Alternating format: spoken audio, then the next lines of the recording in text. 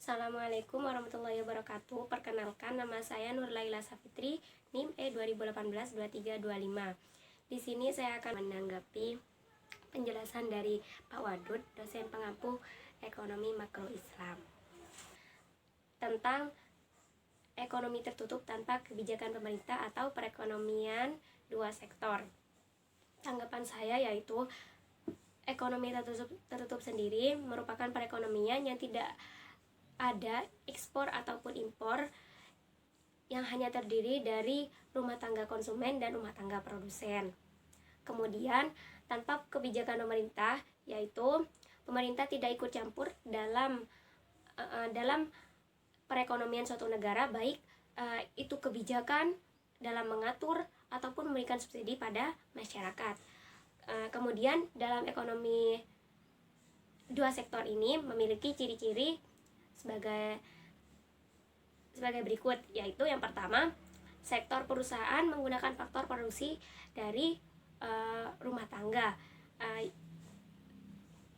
sehingga produsen tidak melakukan ekspor ataupun impor dalam memproduksi suatu barang. Kemudian sedangkan rumah tangga konsumen akan mendapatkan gaji ataupun upah dari hasil investasi ataupun tenaga kerja yang mereka berikan kepada produsen.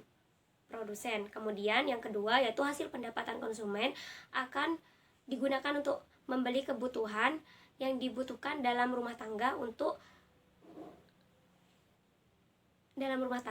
yang telah diproduksi oleh suatu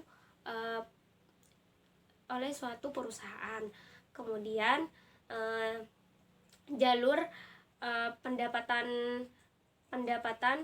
perekonomian dua sektor ini ada rumah tangga konsumen dan rumah tangga produsen, kemudian pendapatan dan rumah tangga produsen, di mana rumah tangga konsumen di sini akan menjual ataupun menyewakan faktor produksi, baik itu sawah, lahan, tanah, modal ataupun tenaga kerja kepada rumah tangga produsen.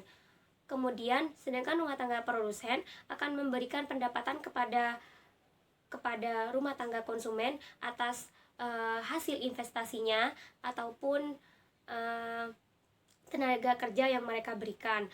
Kemudian yang ketiga, yaitu dalam dari pendapatan tersebut, rumah tangga konsumen akan membeli hasil produksi tersebut kepada produsen.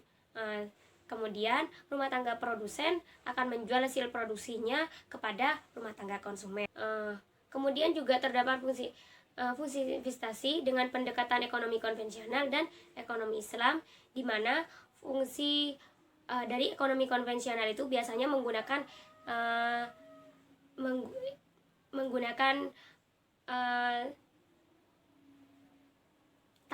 tambahan ataupun yang biasa disebut dengan riba.